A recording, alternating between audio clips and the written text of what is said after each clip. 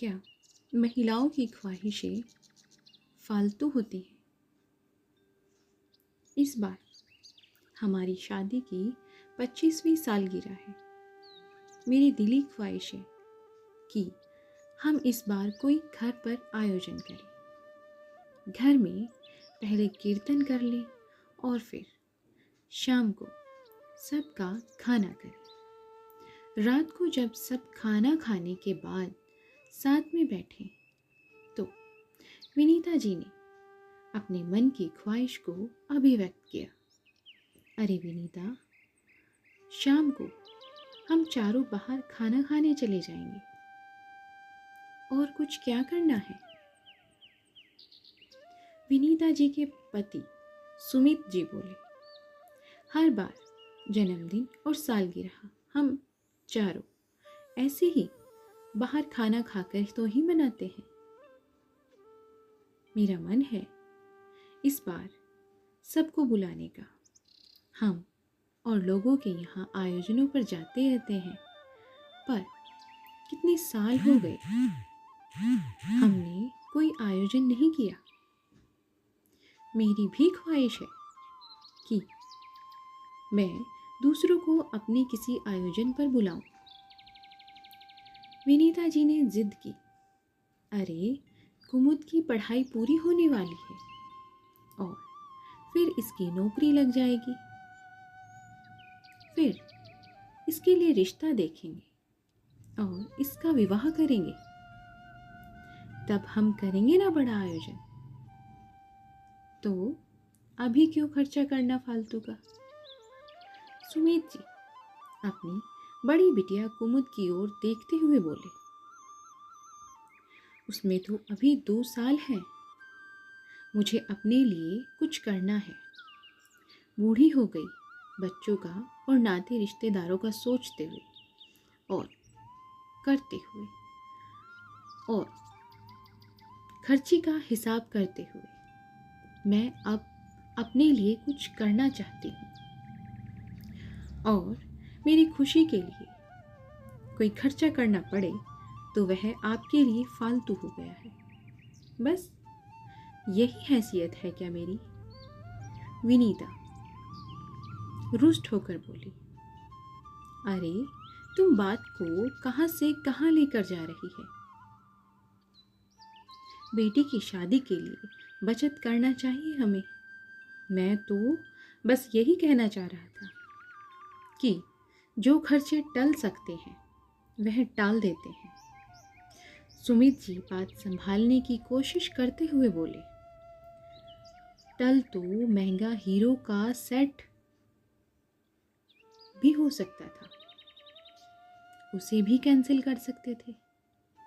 उस खर्चे को भी हम टाल सकते थे जो तुमने अपनी बड़ी बहन की 25वीं सालगिरह पर दिया था।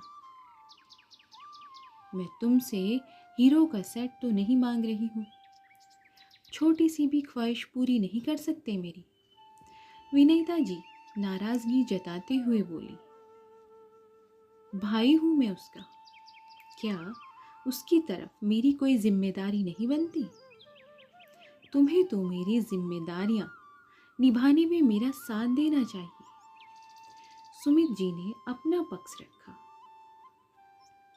25 साल से और क्या कर रही हूँ? तुम्हारी जिम्मेदारियां निभाने में तुम्हारा साथ ही तो दे रही हूँ, पर अब तुम्हारी जिम्मेदारियों के बोझ तले मैं कब तक अपनी ख्वाहिशें दबाती रहूं? मेरा क्या कोई मन नहीं होता? और खर्चे की चिंता करने की तुम्हें कोई ज़रूरत नहीं है। घर खर्च के लिए जो तुम पैसे देते थे उसमें से मैंने बचा रखे हैं। मुझे पता था कि मैं अपने लिए कुछ मांगूंगी तो तुम्हारा खर्चे का रोना शुरू हो जाएगा। विनीता जी ने बोला, और पापा खाने पीने की सारी व्यवस्था मैं देख लूँगी। मेरे कॉलेज में जो कैटरिंग वाले भैया हैं वह बहुत अच्छा खाना बनाते हैं। उनकी बेटी का ऐसा कहना था। वह अपनी माँ की तरफ से परेशान थी।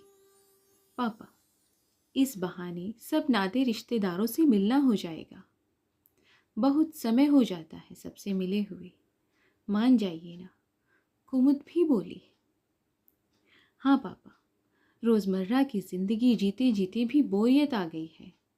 कुछ अलग करते हैं, बड़ा करते हैं, मज़ा आएगा। उनका छोटा बेटा उज्जवल बोला।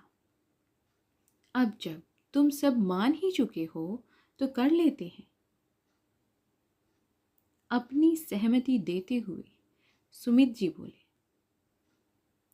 बच्चे खुश हो गए, पर विनीता जी के चेहरे के हाव भाव बदले हुए थे। वह अभी भी दुखी दिख रही थी।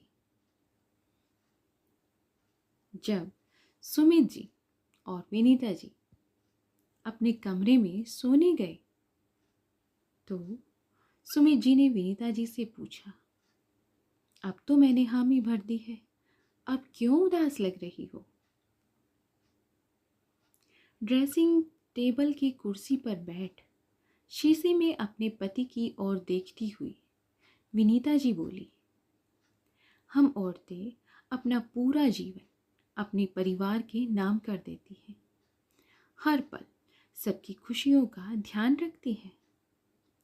बिना किसी उम्मीद के सबकी ख्वाहिशें पूरी करने में खुद को झोंक देती हैं।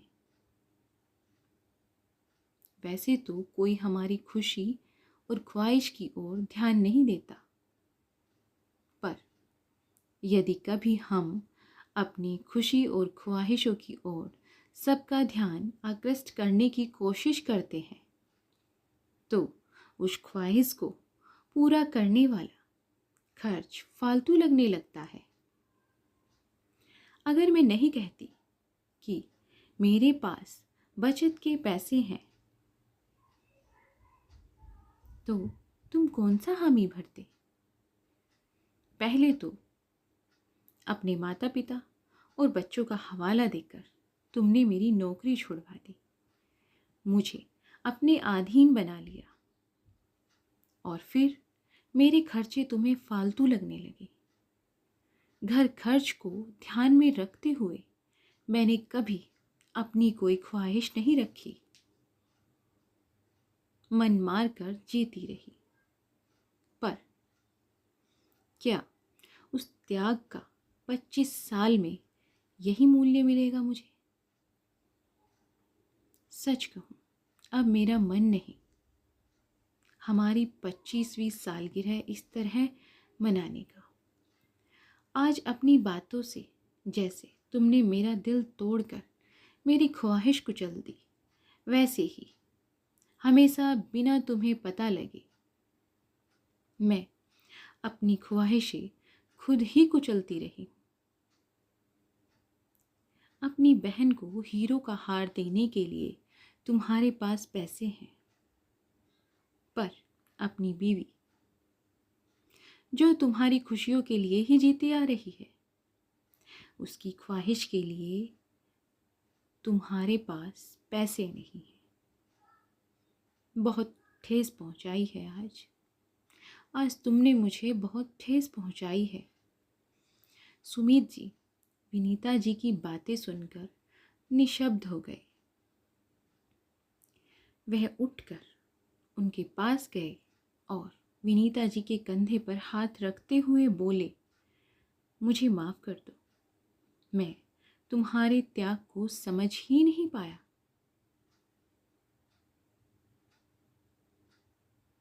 विनीता जी सुमित जी के हाथ पर अपना हाथ रखकर उनकी आंखों में आंखें डालकर मुस्कुराकर सुमिता जी ने आज पहली बार विनीता जी की आंखों में इस दर्द को महसूस किया था।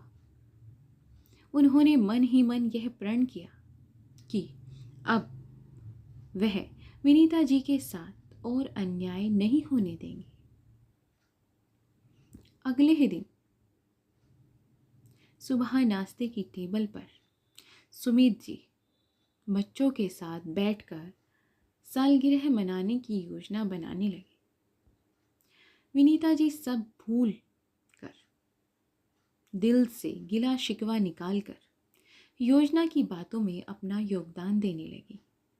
और जल्द ही हंसी खुशी विनीता और सुमीत जी ने अपने समस्त नाते रिश्तेदारों के साथ अपनी 25वीं सालगिरह मनाई। तो इस कहानी से आपको क्या सीख मिली वो आप हमें कमेंट बॉक्स में ज़रूर बताएं। और अगर आप हमारे चैनल पर नए हैं तो प्लीज़ हमारे चैनल को सब्सक्राइब कीजिएगा। और कहानी सुनने के लिए आपका बहुत बहुत धन्यवाद। ऐसी ही नई कहानियों और नए थॉट्स के साथ हम आपको मिलते हैं एक नई वीडियो में। तब तक के लिए आप अपना और अपने परिवार का भरपूर ध्यान रखें। तब तक के लिए धन्यवाद।